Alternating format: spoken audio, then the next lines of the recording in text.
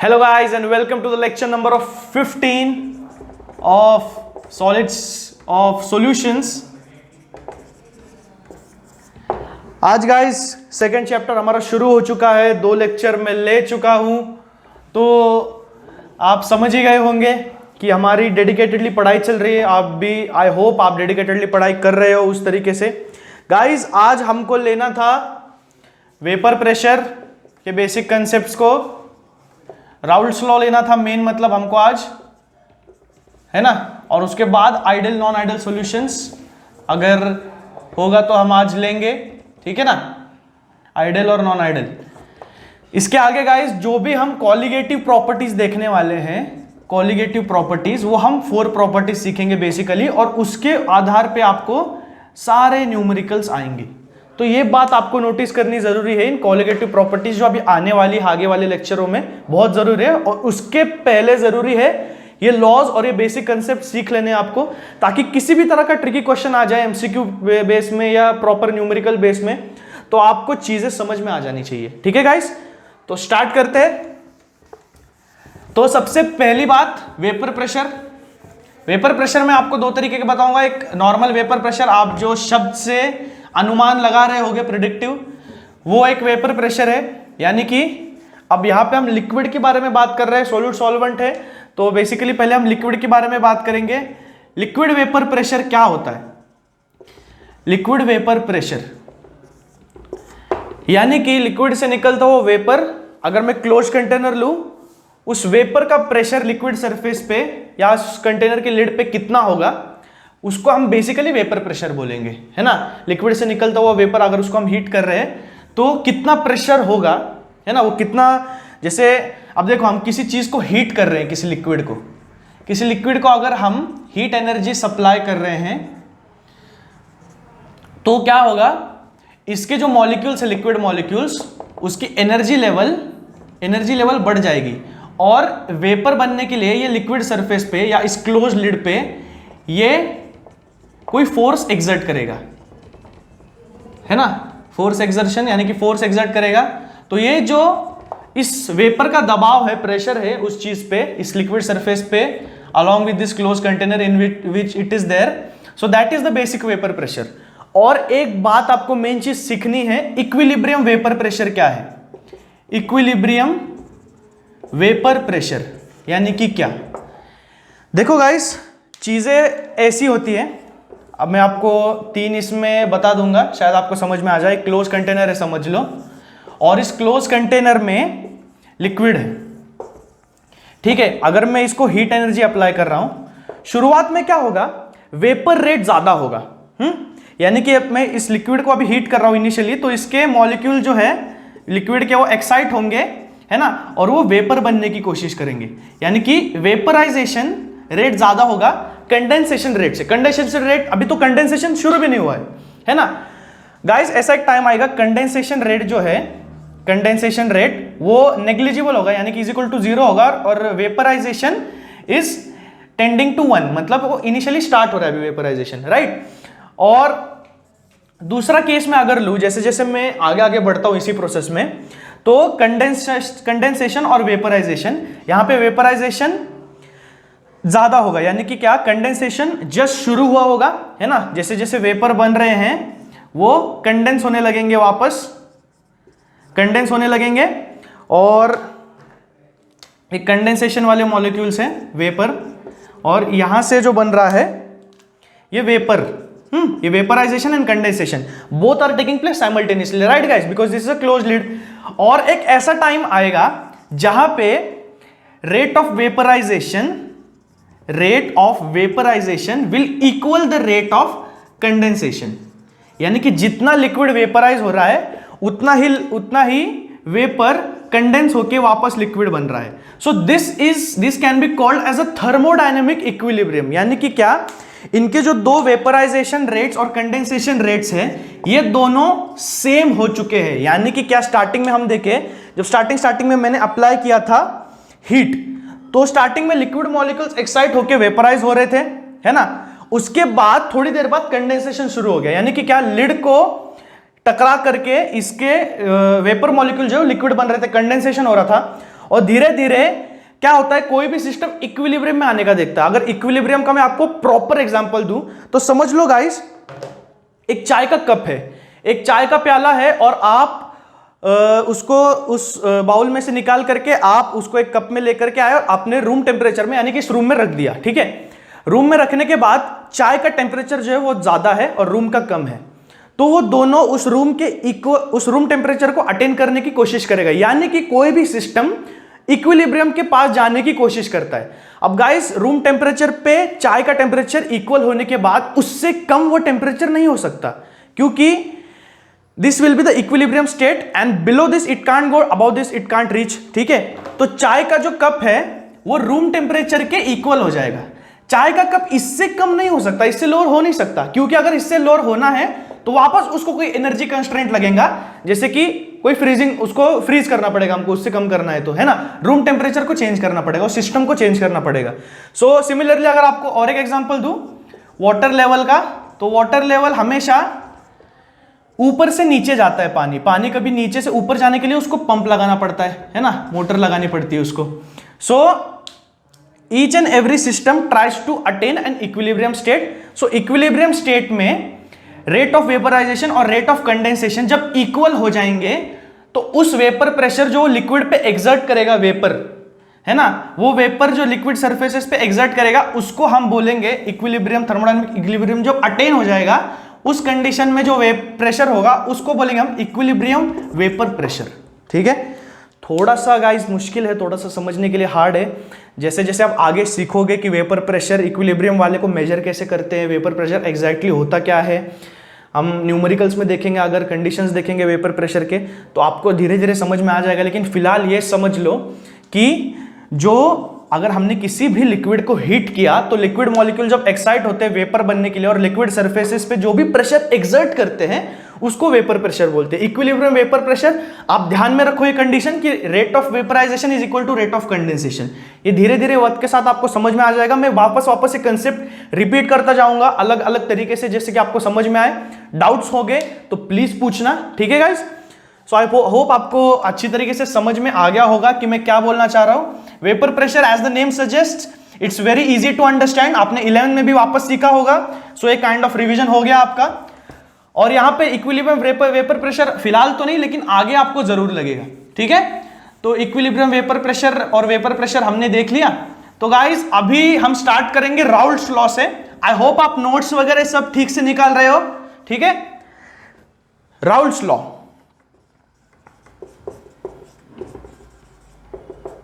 अब Raoult's law ने vapour pressure और मोल फ्रैक्शन के बीच में रिलेशन निकाला है। किसके बीच में? Vapour pressure and mole fraction. अब मोल फ्रैक्शन यानी कि क्या? अगर किसी भी सॉल्यूशन में कुछ मोल्स ऑफ सोल्यूट है और कुछ मोल्स ऑफ सॉल्वेंट है, तो उसका मोल फ्रैक्शन मैं कैसे कैलकुलेट करूंगा? समझो मुझे सोल्यूट का मोल फ्रैक्शन निकालना है, मोल फ्रैक्शन ऑफ सोल्यूट, है ना, मोल फ्रैक्शन ऑफ सोल्यूट आपने 11 में सीखा होगा, तो एक रिवीजन कर लो अच्छे से। मोल फ्रैक्शन ऑफ सोल्यूट कैसे निकालूंगा मैं? मोल्स ऑफ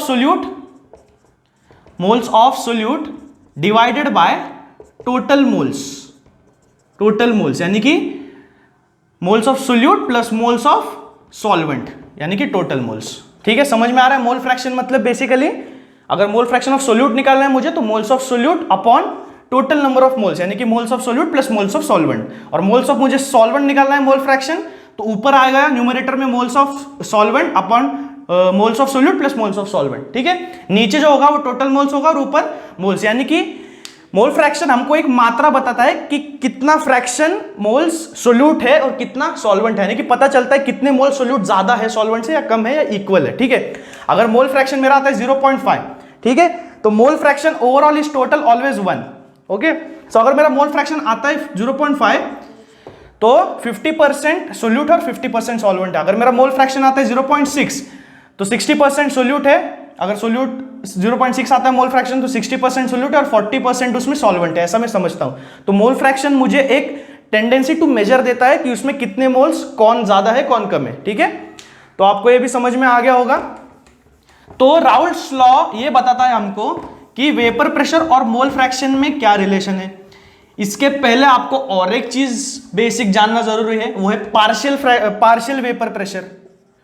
पार्शियल प्रेशर है ना, पार्शियल प्रेशर यानी कि क्या, समझो अगर एक बीकर में, एक बाउल में कुछ दो कंपाउंड्स है ना, 2 या 3 कंपाउंड्स है, ठीक है, उसमें क्या हो रहा है अभी, वो जो प्रेशर एग्जर्ट कर रहा है ऊपर, है ना, वेपर बनते समय वो जो प्रेशर एग्जर्ट कर रहा है, पार्शियल प्रेशर हमको क्या बताता है, अब ये कंपाउंड है, पार्शियल प्रेशर यानी कि क्या, अगर वो कंपाउंड अकेला होता, यानी कि क्या, समझो फिलहाल कुछ वाटर और बेंजीन का वाटर बेंजीन अगर मैंने लूंगा, बेंजीन और टोलिन का मिक्सचर है समझ लो, है ना, बेंजीन टोलुइन का मिक्सचर है, तो इनमें से अगर मैं क्या कर रहा हूं, बेंजीन और टोलिन का अभी एक कंपाउंड में, यानी कि एक सॉल्यूशन में, मिक्सचर में, पार्शियल वेपर प्रेशर में क्यों कैलकुलेट, पार्शियल प्रेशर यानी कि क्या, पार्शियल प्रेशर का डेफिनेशन ऐसा है कि अगर बेंजीन और टोलिन मिक्स ना होते हुए सिर्फ बेंजीन अकेला होता, तो वो कितना प्रेशर सोलली एग्जर्ट करता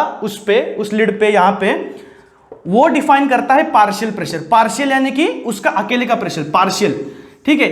अब जैसे कि मैं होमवर्क अगर मैं नहीं किया है, तो होमवर्क मैंने पार्शली किया है या पार्शली होमवर्क किया है, ऐसे मैं शब्द इस्तेमाल करता हूं, यानी कि आधा किया है, तो पार्शियल प्रेशर इसी के बारे में बताता है कि सोलो कंपाउंड का पार्शियल प्रेशर कितना होगा। कैलकुलेट कैसे करते हैं, ऐसा अज्यूम किया जाता है, फिलहाल तो ये कंपाउंड में, फिलहाल तो एक मिक्सचर में, लेकिन अगर ये अकेला होता तो कितना प्रेशर एक्सर्ट करता, है ना, इसकी टेंडेंसी, मेजर ऑफ टेंडेंसी देता है पार्शियल प्रेशर, इसके बारे में हमको बताता है। समझ में आ रही है बात?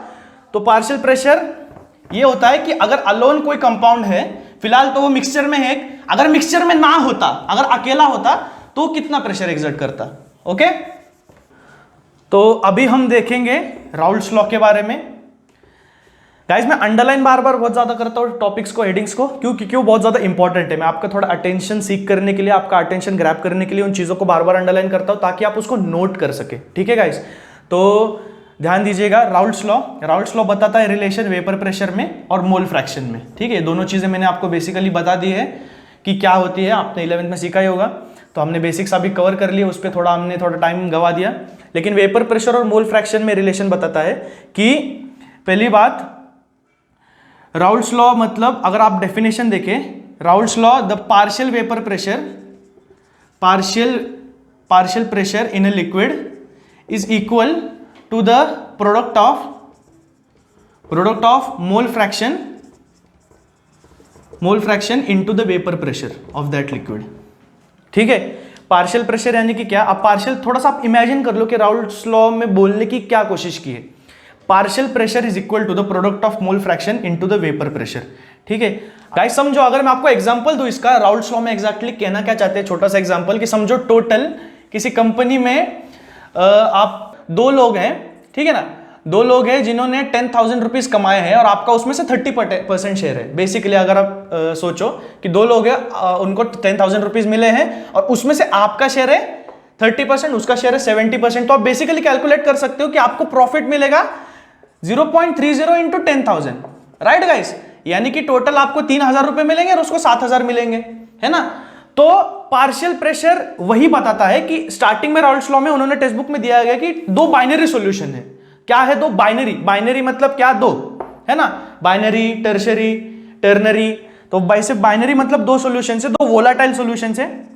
वोलाटाइल यानी कि क्या, जैसे पेट्रोल तुरंत अगर एटमॉस्फेयर में आ जाए तो वो तुरंत उसमें इवेपोरेट हो जाता है, तो वैसे 2 वोलाटाइल सॉल्यूशंस है, बाइनरी सॉल्यूशंस है, 2 बाइनरी मिक्सचर्स है ना, उसको नाम दिया है ए और बी, और उसके P1 P2 प्रेशर दिए गए हैं, P10 P20 उसके वेपर प्रेशर दिए गए हैं, P1 P2 उसके पार्शियल प्रेशर दिए गए हैं। तो जैसे मैंने यहां पे बताया कि 2 बाइनरी सॉल्यूशन में, है ना, एक सॉल्यूशन का हिस्सा कितना होगा, जितना उसका मोल फ्रैक्शन होगा, जैसे कि ये परसेंटेज 0.30 जो है ये परसेंटेज, अगर 50% होता तो हमको 5,000 मिलते, है ना। तो इतना ही ये हमको बताता है कि मोल फ्रैक्शन इसका कितना होगा, जैसे कि आपका शेयर है, तो इस सॉल्यूशन का ए और बी में से अगर ए का और बी का, अगर ए का यहां पे मोल फ्रैक्शन 0.3 है और इनटू हमने वेपर प्रेशर, यानी कि टोटल दोनों सॉल्यूशन मिल करके उस लिक्विड पे कितना वेपर एक्सर्ट करे, दोनों मिल करके, लेकिन इसका अब फ्रैक्शन है, अब इसका 30% ही है मोल फ्रैक्शन, तो इनटू वेपर प्रेशर करेंगे तो हमको पार्शियल प्रेशर मिलेगा कि ए कितना पार्शियल प्रेशर है, कि ए अकेला कितना वेपर प्रेशर एक्सर्ट कर रहा है। समझ में आ रही? बहुत क्लियर है गाइस, बहुत इजी है। देखो अब यहां पे आपको मैं रिपीट करूं इसको, तो समझो दो लोग प्रॉफिट है, यानी कि दो लोग, मैंने दो बाइनरी सॉल्यूशन बना दिए, तो दो लोग अगर प्रॉफिट ले रहे हैं 10,000, तुम्हारा शेयर है 30%, उसका शेयर है 70%। यानी कि सिमिलरली अगर दो सॉल्यूशन है, इसका मोल फ्रैक्शन है 30%, इसका मोल फ्रैक्शन है 70%, तो अगर हम प्रॉफिट देखे जाए तो हम 10,000 को 0.30 से मल्टीप्लाई करेंगे तो तुमको 3,000 ही प्रॉफिट मिलने वाला है। यानी कि क्या, अगर मैं 450 mm total pressure, vapour pressure दोनों सॉल्यूशन का मिला के पकड़ लूं तो 0.3 इंटू 450, यानी कि ए कितना पार्शियल प्रेशर एग्जर्ट कर रहा है, और 0.7 इंटू 450 किया तो हमको पता चलेगा बी कितना, हमको पता चलेगा कि बी कितना पार्शियल प्रेशर उस पर एग्जर्ट कर रहा है, यानी कि बी का कितना हिस्सा है और ए का कितना हिस्सा है दो प्रेशर एग्जर्ट करने में। यानी कि बी ज्यादा प्रेशर एग्जर्ट कर रहा है क्योंकि उसका मोल फ्रैक्शन ज्यादा है, उसका अमाउंट ज्यादा है। समझ में आ रहा है गाइस? बहुत इजी है, अगर आप इस तरह से याद रखोगे थोड़ा सा तो आपको याद रहेगा कि partial pressure is equal to mole, the product of mole fraction into the vapour pressure. Okay, वहां पे एक छोटा सा डेरिवेशन है जो आपको दिखेगा। सो पार्शियल प्रेशर और product of mole fraction into vapour pressure, है ना। राउल्स लॉ तो क्लियर हो गया आपको, मैंने एग्जांपल दिया है। तो अब हम टर्म्स देख लेंगे कुछ जहां पे इन्होंने बताया प्रॉपर। तो यहां पे इन्होंने बताया है कि टू मिक्सचर्स है, पहली बात। दूसरी बात, ये दोनों वोलेटाइल है, मिक्सचर का नाम है ए एंड बी। दूसरी बात, ये दोनों वोलेटाइल है। ये सब इसके पैरामीटर्स लिख रहा हूं मैं ताकि आपको, क्योंकि इसी तरह से अगर राउल्स लॉ का आपको पूछा है शॉर्ट नोट तो इसी तरह से आपको डिराइव करना है प्रॉपरली डेफिनेशन के साथ, है ना, सब फैक्टर्स मेंशन करते हुए। तो ये जो प्री रिक्विसाइट से मैं बोल दे रहा हूं, दो मिक्सचर है, बाइनरी मिक्सचर है, ए और बी, वोलेटाइल है दोनों, और इनके वेपर प्रेशर, है ना, प्योर लिक्विड्स के वेपर प्रेशर को P1 not and P2 not बोला गया है, और इसके पार्शियल प्रेशर को P1 और P2 बोला गया है। ठीक है, समझ में आ रहा है? तो अब हम इसको डिराइव करेंगे प्रॉपरली। डिराइव करेंगे मतलब क्या, देखो अब डेफिनेशन के हिसाब से जैसे राउल्ट ने बोला है कि पार्शियल प्रेशर जो होता है P1 वो इक्वल टू होता है इसके मोल फ्रैक्शन के। अब पहला जो लिक्विड है उसको मोल फ्रैक्शन को हम बोलेंगे x1, और वेपर प्रेशर को, उसके प्योर वेपर प्रेशर को हम बोलेंगे P1 नॉट। तो ये हो गया पहला वाला। दूसरा वाला इसी तरीके से x2 P2 नॉट। ठीक है, हो गया। अब डाल्टन के लॉ के हिसाब से the total pressure P is given by the sum of the small pressures exerted by each of the liquid components. So it is a mixture and the components are two components. So P1 and P2, P1 plus P2 will be the total P, that is the total pressure. अब यहाँ पे हम substitute करें तो ये total pressure P है ना। P1 को आप सब्स्टिट्यूट कर देंगे x1 P1 नॉट, और P2 को सब्स्टिट्यूट कर देंगे x2 P2 naught. As simple as that. समझ में आ रहा है? ठीक है, आई होप आप नोट डाउन कर रहे हो। अब इसमें हम क्या करेंगे, मोल फ्रैक्शन हमको पता है x1 plus x2 is always 1। Okay, it is a fraction, right guys? So it is a fraction, so total sum is always 1। तो हम x2 की वैल्यू हम निकालेंगे, so it will be 1 minus x1। ठीक है, अब क्या कर दो, x2 की जगह पे sorry, the graph will be according to the x2 point of view second. तो हम x1 प्लस x2 1 लिखेंगे, और फिर x1 की वैल्यू निकालेंगे 1 माइनस x2। ठीक है, तो x1 की जगह पे 1 माइनस x2 डाल दो, और जो पहले मैंने रब कर दिया अगर वैसा भी करोगे तो चलेगा कि हम पहले जो A है वोलेटाइल कंपोनेंट उसके थ्रू हम ग्राफ्स को देखेंगे, लेकिन आप पे टेक्स्ट बुक में B है, थोड़ा समझने में आपको आसानी होगी, तो बाद में हम ये सब्स्टिट्यूशन उल्टा वाला भी कर देंगे जो मैंने रब कर दिया। तो P1 मैंने x1 के जगह पे डाल दिया 1 minus x2 into P1 naught plus x2 P2 naught. ठीक है, हम इसको सिंप्लीफाई कर देंगे। P is equal to 1 minus x2 P1 naught plus x2 P2 naught. अब इसको हमने P1 को अंदर मल्टीप्लाई कर दिया तो क्या होगा, P1 not minus P1 not x2 plus P2 not x2। तो यहां पे आ जाएगा P1 नॉट, यहां पे निकाल लिया x2 common, P1 not minus P2 not, कुछ ऐसा आ जाएगा। ठीक है, तो अगर मैंने इसको देख लिया, ये है राउल्ट्स लॉ का फाइनल इक्वेशन हम बोल सकते हैं।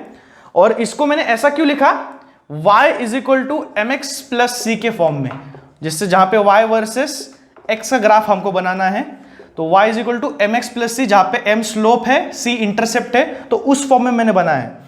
y is equal to mx plus c, यहाँ पे सी की वैल्यू P1 नॉट है है ना, m की वैल्यू माइनस x2 और सॉरी m की value minus p1 not minus p2 not हम बोल सकते हैं, और ये x है, तो हमको ग्राफ निकालना पड़ेगा p वर्सेस x2 का, है ना। जब ग्राफ आएगा तो यहाँ पे p होगा और यहाँ पे x2 होगा। वो ग्राफ हम देखेंगे अगले लेक्चर में, साथ ही साथ हम देखेंगे आइडल नॉन आइडल सॉल्यूशंस और वेपर प्रेशर में वेपर कंपोनेंट जो है जिसको हम y1 y2 बोलते हैं, यहाँ पे हम x1 x2 बोल रहे हैं लिक्विड के लिए, याद रखना, y1 y2 वेपर्स के लिए, वो हम अगले लेक्चर में देखेंगे। साथ ही साथ आइडल नॉन आइडल सॉल्यूशंस देखेंगे और उसके बाद देखेंगे कॉलिगेटिव प्रॉपर्टीज, जो कि बहुत इंटरेस्टिंग है और बहुत मजा आएगा गाइस। सो तब तक के लिए आप इन नोट्स को स्टडी करते रहिए, जो भी आपने निकाले हैं पिछले जो भी लेक्चर्स है आप उनको ध्यान से देखते रहिए, बेसिक्स को क्लियर करने की और कोशिश कीजिए, ज्यादा से ज्यादा रीडिंग कीजिए, क्योंकि मैंने जैसे बोला है बार बार कि जितना ज्यादा रीडिंग करोगे आप उतना ज्यादा आपको कंसेप्ट्स क्लियर होते जाएंगे।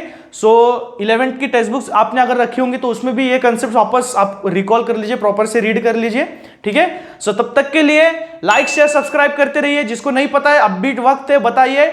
लेक्चर ये 15वां है, 14 लेक्चर हो चुके हैं। हमारे छोटे छोटे लेक्चर है शॉर्ट, जिसमें हमें बहुत सारा कुछ मिल रहा है, ऑब्टेन हो रहा है, प्रोडक्टिव मिल रहा है। तो अगर डाउट्स है जल्दी से पूछ लो, कमेंट पे डाल दो, जल्दी से जल्दी, ज्यादा से ज्यादा कमेंट करो, लाइक करो, सब्सक्राइब करो, शेयर करो, सजेशंस दो, ठीक है। साथ मिलकर हमको सीखना ही है। तो तब तक के लिए साइनिंग आउट, थैंक यू।